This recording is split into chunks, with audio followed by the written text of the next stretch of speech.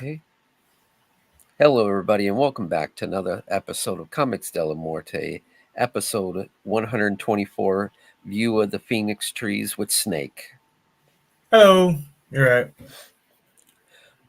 And before we get into the comic itself, let's just get a little bit about you. When was the first time that you came across a comic as a kid? And what drew that passion in you for the first time? I don't know. That's a tough one, man. I don't know. It's like, when did you start breathing? I read comics pretty early, man. Yeah, Like my cousin had a large collection, and I go around to his place and just read them. So I don't know. I've been reading comics since I've been watching TV and stuff. So yeah, um, kind of blurs a little bit. A lot of Spider gotcha. Man, Batman, a lot of Mm-hmm. stuff that I wasn't supposed to read, like Preacher, Sandman. Kind of But mature that's the stuff. good stuff right there. Oh yeah, absolutely. But yeah, I just grew up on that. So like when I was Yeah, 5 years old, I was reading that stuff. So yeah. gotcha. And when did you I know, are you a writer too on the comic, or are you an artist on the comic? Because I wasn't Yeah. given too much So yeah. information. So I'm the writer Okay, and the letterer. So yeah, gotcha, I can draw, but I leave it to better people to draw than I do. Sort of. gotcha. Yeah. So Awesome. So what made you, at what age did it really click, like, hey, I want to do this for a living, or at least try to do for a living? When did that really transition from just being a lover of comics to want to make comics? yeah. So during lockdown, actually, so it wasn't really that long ago. I've Oh, always okay. been a storyteller, really. So I've Mm-hmm. always been interested in words and stuff like that. I wanted to be a screenwriter for a long time. And I worked in the film industry, in and out of the film industry for a while, as a script reader, as a prop man on films like Black Mirror, TV show, sorry, and Black Mirror, and also Kick Ass 2. Um, Awesome. but but yeah, and then I studied a master's in writing. Yeah. Did a lot of short films, and I really wanted to be in the film industry. And then my passion just got ground down by uh, the machine and the way that the film industry is made. And Mm-hmm. I just started. I was bored like everyone else, really, during lockdown. So I just decided to, I'll make some short comics. Why not? And then just fell in Yeah. love with the process and just wanted to make comics. And I was like, screw theater, screw films. Let's just make comics. Making Mm-hmm. comics way better. And so yeah, that's sort of when it was about 4 or 5 years ago, actually. Awesome. Yeah, because I know I've had some other guests on here where their comic that they wrote originally was going to be a screenplay, but they're Hmm. like, you know what? This would probably make a lot better for a comic instead of a screenplay. I But for mean, you, hmm. but for you being a writer and learning how to write a screenplay, was it easier for you to transition it from a screenplay to a comic? Yeah, I mean, if you're a writer and you do your 5,000 words, you Yeah. know story structure. Yeah. Like, all it is fitting it into a different medium and Mm-hmm. understanding the way it is. I mean, if you're a TV writer, it's far easier because it's episodic. Like, Yeah. comics fit into that mode far easier. That's why, like, any adaptations that are TV shows Mm-hmm. always work better than a film where you're fitting in like thousands of comics into one film. It makes no sense, really. Yeah. So yeah, I mean, you just kind of work on that. And I actually find the way that you have to write comics, the idea of breaking it down and doing panel breakdowns and page Mm-hmm. breakdowns, it actually makes it easier, to be honest. You're doing more passes before you get to the script anyway, because you've got to plan it more. You've got to plan what's on the page, what's on each panel, what panels are in each page, and it just all of that stuff just makes it easier to tell the story, in my opinion. Yeah, Like, because you're basically storyboarding in a yeah, way. in a sense, yeah, very similar thing, yeah. Hmm. Awesome. So tell me a little bit about the Phoenix tree and exactly how this idea all came together. Yeah, so it's based on parts of it are based on truth. I mean, Hmm. it's a story about my grandparents meeting. My grandfather was Chinese, my grandmother was Vietnamese, and they met in Vietnam, uh, Awesome. lived through the Vietnam War. After that war, there was a falling out between China and Vietnam. Everyone who was Chinese got kicked out of Vietnam. Everyone who was Vietnamese got kicked out the same. So that happened. The grandparents, they lost house, farm, lots of property, and there was a mass sort of exodus. Lots of refugees leaving Vietnam. They were Yeah. called the boat people. So my grandparents and their family lived on a boat for 6 months. They went and stayed in a camp in Macau, like a Hmm. refugee camp, for a couple of years, until finally settling in the UK. So it's kind of really about that their journey. Um, but then I also merge in some mythological elements, telling the Vietnamese creation story. This story mirroring their story. So yeah, it's sort of like a biopic with sort of fantasy elements, kind of Sandman esque, or kind of like The Many Deaths of Layla Starr by Ram Yeah. V. Kind of similar. That's awesome. Yeah, I Yeah. always like that because, like you said, the supernatural. Because the supernatural you put into this, it's like based off of real folklore, right? That from I think I did my research on. Yeah, which I always like because it's one of those things that everyone has their own urban legends, but I like when people put their own twists onto it. And what you did was really awesome. You you mix fiction with nonfiction, and it's just a really great idea. Yeah, And I what mean, made I just grew up with it. Like yeah, my mum would tell me about it all the time, and I always just thought it was a good story. And then fitting it into the medium of comics, I mean, there's a long period. I mean, they're hmm, traveling lots of destinations, lots of time changes. It would be an enormous budget in terms of doing a feature film, whereas oh yeah, comics, you can just fit it in. So I just thought it would lend itself to the medium of comics. awesome. Yeah, I mean it's a perfect love story, and it's just a really. I mean, yes, there's been other comics out there, but I don't know. It's just really unique. And what made you come across with the name the Phoenix Trees? Like, how big of a important was that title to you? Um, so you pick up images, Hmm. iconic images, things in stories, and one of the things I added in was just like this visual element of like these red flowers that line Tambak Bay in Hmm. Haiphong. And I just thought it'd be a really interesting addition to the character that my grandmother really kind of has these trees, and she Yeah. keeps these trees at the farm, and they're like an ongoing kind of like representation of birth and regeneration and things like that. Obviously, they are called phoenix trees, so the Hmm. plush kind of red colors. I wanted to use that kind of palette for the comic. Um, and so, yeah, I mean, it's funny because obviously there's reality in there, but I didn't know my grandparents. Yeah. I have no idea what they're like. My grandfather didn't speak English, but my only memories of him are literally him sitting by a table playing mahjong and just smiling at me.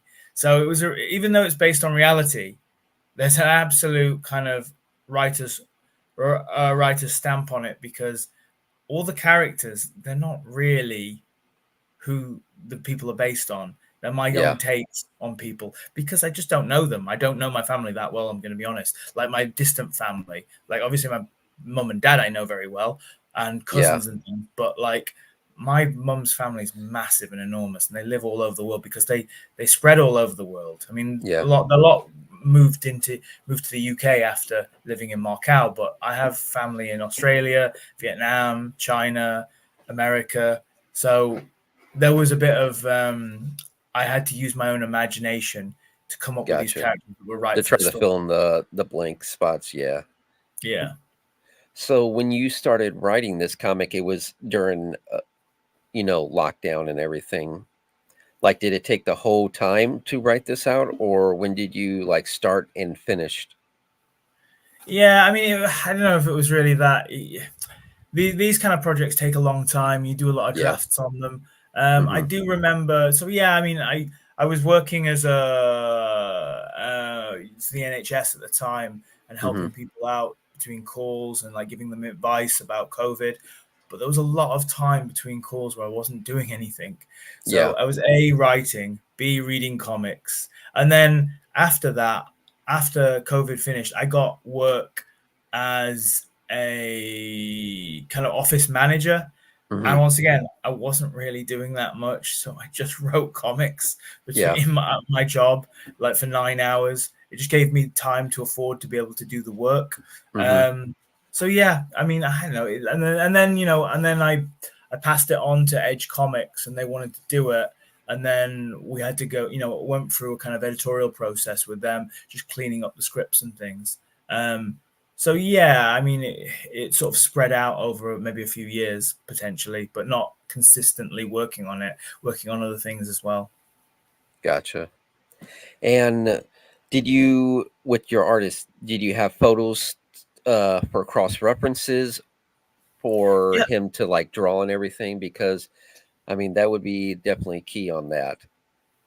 yeah. I mean, I mean, with the Kickstarter as well, obviously want to offer quite a lot of like behind the scenes bits and pieces and information for readers and things that they can get their hands on for in terms of rewards and stuff like that. So yeah, I have like a lot of pictures in terms of places, locations, family members, this, Yeah. that, and I did that with my artists, gave them sort of references. I think it's always important to, because artists are always going to want references, things like that. Just helps them do their job. So yeah. Yeah. Awesome. And with this too, you've heard stories and everything, but was there at a time where you actually had to get a hold of some people to try to get more information?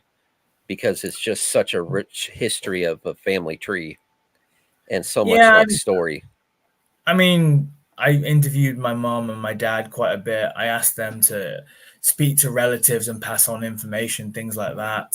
I read Gotcha. quite a few books on the time period at the time. Hmm. Um, and the thing is though as well, and people say this a lot to you as well.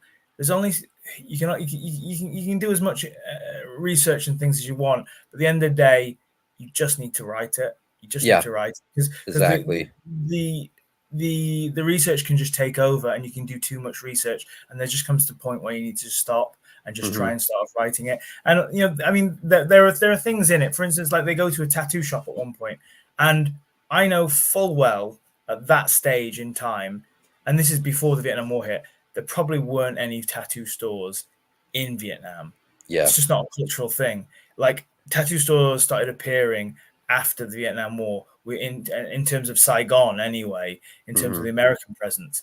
But it's a story structure, and I kind of wanted that in there, and it's emblematic of them getting tattoos of their rings on their fingers. So you just make a little allowances, as long as you're not doing sort of, I don't know, things that will pull the reader out of the right reading experience. I think it's okay sometimes just to Yeah, make a little. exactly. Yeah. Like, not just brainstorming, but when people have such a rich world of story building, and it's like you have to get to just start writing the comic instead of world building, because you could take forever just world building. Oh, in this world there's these type of things and these type of things, these type of places. Like, that could take forever just doing the world building, and then you steer far away from the main story. You're just focusing on the world building, and it takes the reader out, and they're not interested because it's not focusing on the main story. Yeah, absolutely. Yeah. It's all about the journey of the character, what they're doing, their motivations, the choices they have to make. So, Hmm. yeah, I think so. Yeah. I mean, the other stuff is periphery. It's good and it adds texture to any Yeah. story, but it is still just texture. Yeah. As I always like the main, the character, basically the world is a side character. Yes, it's important, but they're not as important as the main character. Like you would have acting, you have the main actors, then you have the character actors. Yeah, yeah, absolutely.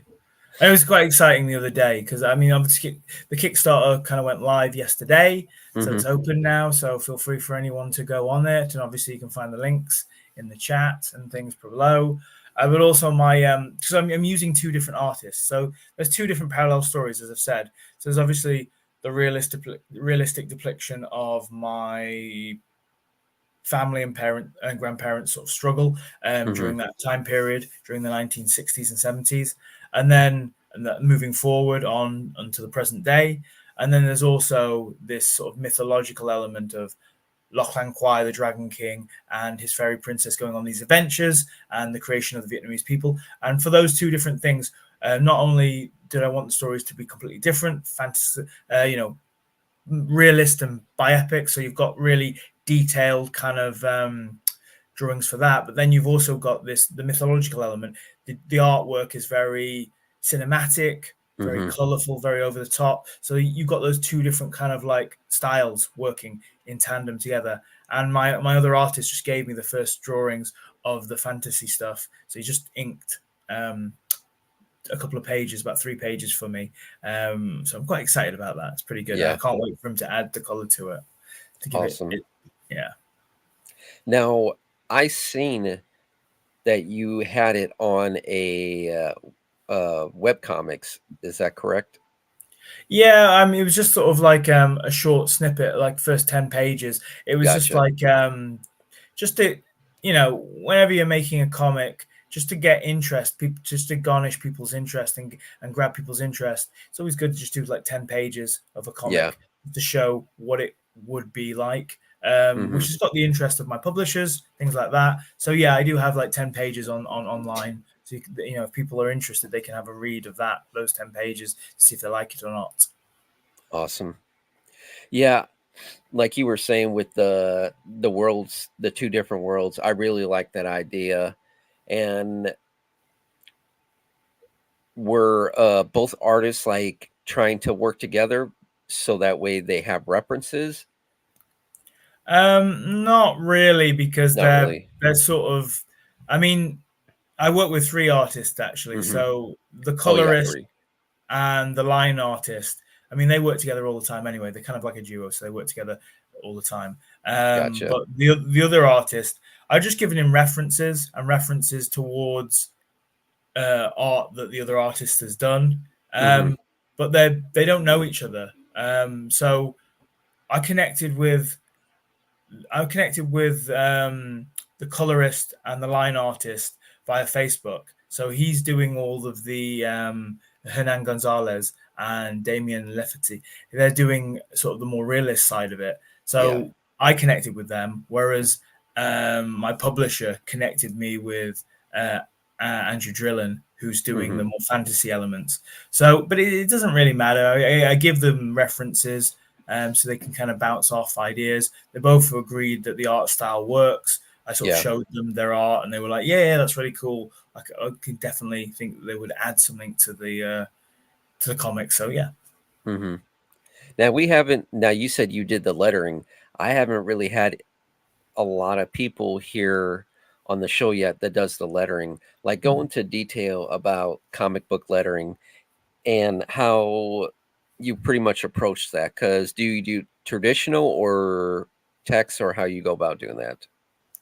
Sure. So, I mean, at first it was just sort of a practical concern. I Yeah. didn't want to pay a Hmm. letterer Oh to. yeah. I didn't want to pay someone extra money, and so I was like, well, I'll just learn it because why not? I'll just learn it. Hmm. And then you kind of fall in love with the idea of it because what it does is it gives you another pass at the Hmm. story.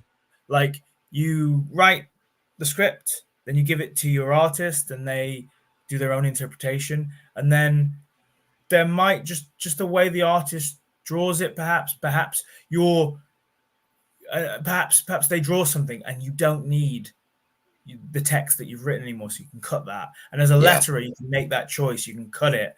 as a letterer, you can see, this maybe needs a bit more text because the reader might not understand. So you might Hmm. need to add some text here. It just gives you another chance to make the story to make the story as clean and as clear as possible, which I do like. But then also, what I found is, if you're looking at really good letterers like, I don't know, Richard Starkins or Todd Clean, the guys who did Elephant People, or Sandman, they're like true artists. Like the Yeah. lettering adds something to the drawings. It's part of the pictures and the drawings. It's not just like a separate thing. And that's what I try and look at doing as well. To like the lettering needs to have its own personality, and Hmm. it needs to fit in with the book or contrast it if that's what you're trying to do, whatever. Yeah. But there needs to be purpose and meaning behind the text as well. So that's what I try and do as well if I can. Yeah. Yeah. I mean, that's the sad thing. I don't know about over there, but I know here recently with schools, they're so focused on teaching kids how to do computers and stuff like that. A lot of schools really aren't teaching kids how to do cursive anymore. And I'm like, but that's an art of its own, like Yeah. calligraphy. Yeah. It is. Calligraphy is amazing stuff. I mean, you look at some of these, you know, birthday cards or anniversary cards, just the way the words are written, it's an art form of itself, and it's a shame that they don't really teach kids calligraphy or cursive anymore, and it's just a shame because like Yeah. you I were mean, saying, it has its own character. yeah. I mean, and that's where it kind of blurs as well because I mean, I use digital lettering. I just do digital Hmm. lettering. But what you're trying to do using digital lettering is you're trying to make it look practical. It looks Yeah. better when it's just when every S isn't exactly the same or something like that. When you've Hmm. got a little bit of grit and it looks a little bit like it's hand done. That's kind of what you want to do. And then sometimes, you know, you can also sometimes the artist wants to do it Yeah. potentially. Sometimes the artist can do it because that he prefers that style to blend that into his drawings. Hmm. So there's a lot of different things you can do there. It just depends what you want to what style you want to go for and whether the person has the time to do it or not time to do it. Yeah. Yeah. Awesome. And And like also he with my comic as well. I just thought I'd add this in as well. I also decided to come up with a soundtrack for it. So whilst you're reading it, there's also like a SoundCloud link, which I've worked with a sound composer, awesome. John Piper. So it gives you kind of like a real feel to throw you into the story and put you into that place. Because I really wanted to encapsulate what I'm going for. Some of the best pieces of music I've listened to while I've been reading comics, and it just adds so much more to the experience. Oh yeah, most definitely. I mean, I like how more and more comic book artists are doing that, where they'll have like, hey, while you're reading this comic, scan this QR code and it'll go Mm, to a song on YouTube that mm, relates to that. And some people I'm like, but it's not traditional. But like you mm, were saying, if you play that song, you'll get mm, more of a feeling off of it. And your story has it's not just, a made up story. It's based off of your family. So it mm, just gives more of that like rich history and that tone setting where it's like you're almost watching, you know, like a foreign film, during that time. mm. So really great stuff. I really like all that idea. Just awesome stuff there. And the whole idea with like basing it off of your grandparents and the history and everything, just a really great concept and just a great love story too, because with the whole war that was going on and like you were saying with the tattoos on the rings, just really gets people want to read that, not just because the fiction part, but Mm. just get a taste more on history and what it was like, because so many times we have movies out there that focus on just the bad stuff that was going on, but what was it really like before the war and after? So really awesome. Love that Yeah. idea. Thank you very much. Yeah, hopefully, hopefully it'll be popular, and hopefully we can get it kind of made, and it'll be financed and things. Looking forward to it anyway. But yeah, it's just starting now, really. So we'll see how that goes.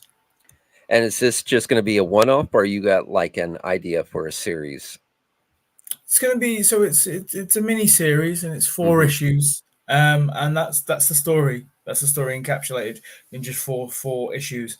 Hopefully, raise enough money to sort of do the first one, and then if there's any money left over, do the second one, and then if we have to sort of do some more kickstarters for the other episodes. But we'll just see how it goes. Really, yeah. There's no other really stories. This is just like a contained little story that I'm Yeah, telling you. very cool. Is there going to be any other rewards that you're planning to offer this, or is it just going to be the comic?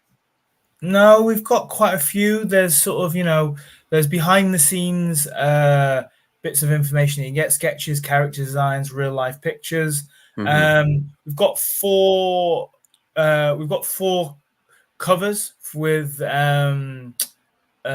guest artists. Gotcha. Pretty they're working, for the big four kind of companies like Image, places like that. So they're pretty beautiful covers. They get them in metal covers, and also there's sort of a bundle of short comics you can get, Mm-hmm. which appeared in Tales from the Dispatch, Scott Snyder's Tales from the Dispatch, and they won a couple of awards. These are some sort of short comics that I did just before this, so you can get those. And I also have a bit of a weird, interesting. So I'm also a spoken word artist. Okay. So you can pay me, and I will write for you a a spoken word piece, a performative piece with whatever subject you want. Give me 2 weeks, I'll write it for you, and then I'll perform it to you. Hey, that's awesome. I mean, why not? Yeah, so yeah, just one of the things I'm doing, and there's a video online. You can see some performances I've done as well there, so that's on there as well. Yeah, I mean, like I said, after the show, just send me any links in the private chat and I'll post it in the description. Cool. Yeah, I know. I'll certainly post those bits for you. I mean, I can perform something for you now if you want. Uh yeah, we could do it towards the end of the show. Yeah, cool. It'll take about 5 minutes. I can perform a piece Yeah. about comics for you if you'd like. Yeah, we'll do it at the end of the show. Like I don't know if Jeff told you, but this is also besides a comic book interview show, this is also like a horror show. So we Mm-hmm. talk about a lot of horror comics on here, Mm-hmm. and I like for the audience to really get to know the creator because when you go to a Comic Con, a lot of the times you have to build a friendship with your audience because they're not just going to walk up and buy your stuff if they don't know who you are. Yeah, sure. So if you carry on a conversation saying, "Hey, I really like your Star Wars shirt," and then you carry on with Star Wars, and then they like, "Oh, hey, what you selling?" Mm-hmm. So Yeah. what you read a lot of comics that you said you weren't supposed to. What is your favorite horror comic of all time and why? Okay, so I mean, I can tell you my favorite comic, and it Yeah, certainly has horror elements in it, but it yeah, also, because it's a genre smash up, it also has Western elements, action, like no, mythological. I mean, Preacher would be my favorite comic of all time. I mean, I'm a massive fan of yeah. Garth Ennis. Hey, there's Um, nothing wrong with that. yeah, I mean, it's just genius. I mean, in my Hmm. opinion, like it's the best thing I've ever read and watched. I think Preacher's just the best thing ever. I was I gonna don't, say, what do you thought about the TV show? yeah, I didn't watch it because Yeah, why would I? Like a right. comic's my favorite thing on the planet. Yeah. It's only going to be disappointing. And I heard they made some changes, and I was not happy about those changes. So I just didn't want to bother. So it's because the thing is, right? I'm a person who I like every medium. I love Hmm. books because you really go into a character's head and you can really experience them. I love comics because they're kind of both a visual medium, but also like a prose and sort of a literary medium. You've Yeah. got film, which is so epic and big and on a grand scale and so visual and um, of the moment, happening right now. Everything's happening now. You've got Mhm. theatre, which is interesting. You've got sort of really interesting, strong, dramatic elements on stage that Yeah. that are just very powerful to see when you go to the theatre. And then you've got like radio, which is really interesting because it uses your imagination. So you can come up with a radio play, and there can be anything. There's no The only thing stopping you is your imagination, really. Mhm. So sometimes I just think that the adaptations don't need to be done sometimes. And with Preacher, I mean, how do you make that comic into a TV show? Yeah. You kind of can't. I mean, the only thing like one of the adaptations I'm most proud of and think is like amazing, is incredible, is Sin City, and I have no idea how Robert Rodriguez and Frank Miller Oh, I did know. Sin that. City was so good. They did a So good. really good job. It's like the best adaptation of a comic book I've ever seen. And it's But not I just don't the think. writing and Yeah. the actors doing a job, Mm, just mm, how well they did mm, the whole visuals to get mm, that like the comic with like mm. it's all gray except for those key elements that you want in color. Just really beautiful work. But I don't think that happens a lot. I don't think Yeah. that that's magic in a bottle kind of thing. So Hmm. I mean, I grew up, which I'm sure probably a lot of people. I grew up going to libraries when I was at school, like when I was 14, and just reading, Sin City, and like reading like the Big Fat first Sin City comic I picked up was Big Fat Kill, and being Yeah. blown away, and then realizing there was more, and then reading like the first one and being like, this is even better. This is Hmm. like even better. Like, Yeah. so yeah, just that's kind of a magical thing for me. And then even like reading Sandman, I reread Sandman again recently, and I was just blown away by how good it still is and how relevant and how progressive and forward moving. I mean, I know there's a problem with Neil Gaiman at the minute, like things he's done, whatever, whatever. But like his writing is on point. And it's really interesting because you think of Sandman and you think of it being this kind of mythological fantasy story, but there's a Hmm. lot of horror elements in there. Oh The yeah, for sure. Corinthian, yeah, which is great. Now, I don't know if you're a big well, you did theater and screenplay. Do you have a favorite horror movie of all time? And it doesn't even have to be pure horror. No, yeah, I mean, I'm a big survival horror nut. So I really Mhm. like survival horror. I love the idea of human beings being pushed to their absolute boundaries and doing whatever they can to survive. This is why I love Walking Dead. Not the TV show specifically, but the comic. Yeah. The Walking Dead comic is so good. Is Mhm. is is amazing. And anime like Berserk is like amazing, incredible. If you've ever read that, it's like I'd highly recommend that. It's like as good as Akira, or possibly it has the brilliance of Akira, but in a different way. But yeah, Evil Dead 2. I do Evil Dead like Evil 2? Dead 2. I really Yeah. like Evil Dead 2. Um, yeah, Evil Dead 2, Eden Lake, maybe. I do like Eden Lake quite a lot. Um, yeah, I can't think of any more right at the minute, but yeah. Oh, it's alright. Now, I don't know if you're really big into slashers or anything, but if you had a chance since you're a writer and everything,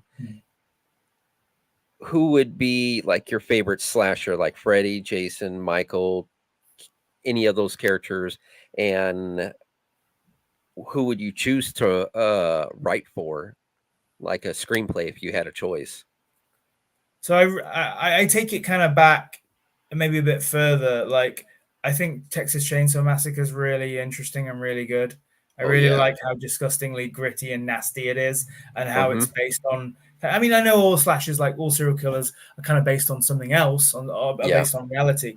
But yeah, I mean, for me, like Texas Chainsaw Massacre, um, is the purest and most interesting thing, I think, Mm-hmm. for me. Yeah, I like that. Well, And yeah. just I mean, the chainsaw, Leatherface, it's so iconic. Yeah. yeah.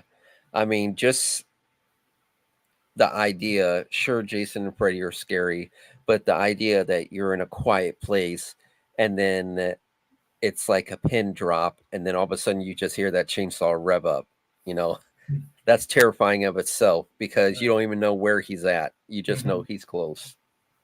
And I think that like, it was really interesting in the nine in like in the 2000s when I was Mm-hmm. going in comic stores when I was about 17 that IDW did loads of like remakes. I think they definitely did Texas Chainsaw Massacre, and they did a Yeah. lot of other like horror because obviously IDW is horror anyway. They did Mm-hmm. like a lot of remakes of those kind of like those movies. Yeah. I saw them on the shelves and stuff like that, and they were kind of cool looking. Awesome. Well, if you as a writer, like, do you plan to write more stories? Like, do you write horror? Or do you write more fiction? Like, Yeah, sure. I like genre. mm-hmm. And I've got some stuff. Yeah, I mean, I've got a lot of stories that are in the pipeline. I mean, the problem with comics as well is, I mean, it's not as bad as film because like film's just ridiculous. You need like a lot of money, and you need like Yeah. you you, you need someone to finance them really. But at the minute, because I'm not working for like Image and I'm not Yeah. working for Marvel or DC, I'm not getting those paychecks. I've a lot of my projects that are like a mini series or an Mm-hmm. ongoing series or whatever, I put on the back burner because I just can't afford it. Whereas Yeah. I've written quite a few like one shots that I can just pay for myself, either Mm-hmm. with Kickstarter or just I have two jobs at the minute, and I literally work two jobs on the like I work like 6 days a week and like 15-hour days just to pay for comics because you can kind of do that with one shots. So yeah, Mm-hmm. I'm working on one shot at the minute. So fantasy, horror, western, gangster, action, yeah, just whatever. Just the things that inspired me, I want to make. So yeah. Awesome. Well, if you want to, you could now do the poetry thing. Yeah, sure. No problem. So this piece is called A Life in Panels and Pages. Let me just I've been into comics since I was a kid, before this Marvel DC adaptation bullshit hit. Forget about film and TV moving images, it's all about the unified synergy of words and pictures. A literary super team up, creating fictions to rapture imaginations. Through school uniform and black tie work, I've always had my head between pages, forged with the intelligent craftsmanship of artist, writer, creatives. These 24-page coloured bits of paper have shared space with me through the ages, but there are four landmark reads that bookmark my life in stages. The first comic I'd like to mention is the dystopian political page-turner Transmetropolitan, with a futuristic Hunter S. Thompson as its main character. I brought this comic with me, luckily, on hour-plus long-haul journeys to work as a customer service monkey at a call centre company the other side of the city. Cattle-cramped carriages and commuter silences faded into the background, with my imagination spellbound. Because these comics are more than just paper and ink. They're linked to a safe space where my head can think and wait for the darker things on my plate to dissipate. The next comic is the zombie survival saga of The Walking Dead, which swam in my slipstream across two different decades as separate reading events. I began reading this comic when my hopes of a film career got dashed, like the blood on the windshield of a car crash, and on the rebound found work in an obscene bar and grill team whose employment stunk like a scorched earth slaughter regime. A neighbouring graveyard gave me garden harmony to sit and read on my tea break, my back sunk against the bark of a maple tree's trunk. Because these comics are more than just paper and ink, they're linked to a safe space where my head can think and wait for the darker things on my plate to dissipate. The next time I picked up The Walking Dead was a million miles from home, in Melbourne, Australia, on a working holiday visa on my own. I was stuck between the termite crawling walls of a hostel, with new strangers coming and going with the consistency of a brothel. Each room had bodies piled high overhead, so I'd find privacy with the pay with between so I'd find privacy with the curtains drawn to my bunk bed. Some nights I'd escape on the city's tram lines, comic under my arm, to meet strangers on dates and stay out till dawn's morning would wake. Because these comics are more than just paper and ink. They're linked to a safe space where my head can think and wait for the darker things on my plate to dissipate.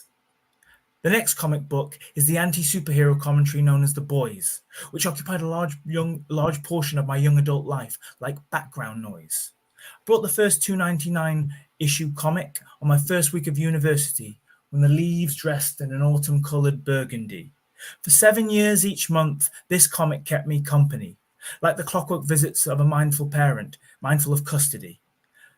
Through sandpaper breakups on campus halls, and through hangover wake-up calls on shared house kitchen floors. Because these comics are more than just paper and ink. They're linked to a safe space where my head can think and wait for the darker things on my plate to dissipate.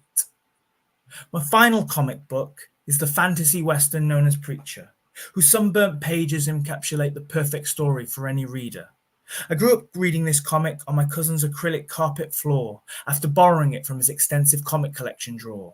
While him and his collective crew would play games of FIFA World Tour, I'd be sat in the corner and ignored, a cast-out orphan, but delving deep into this comic's allure. And as I grew older, my love for this comic endured. Reading it became an annual ritual of the tallest order. My usual plan is a Christmas read as the snow paints the land, wearing fingerless gloves to warm my hands. Because friends and relationships come and go. But comics have never left me in a park on my own. For a lone ranger like me, prone to isolation necessity, our relationship is a lifelong fixture. I can always curl into a corner with pages between my fingers, to be enveloped in a resplendent world of words and pictures. Because these comics are more than just paper and ink. Their panels and pages are synced to the lifeblood coursing through my veins. So we travel in parallel lanes through the pain and mundane of the day-to-day strains and journey forward through future gale force, winds and rain until the end of my life's reign. Thank you. Awesome. Awesome. Congrats. Definitely very poetic. And you do any theater work back in the day? I wrote some plays, some theatre plays and things like that.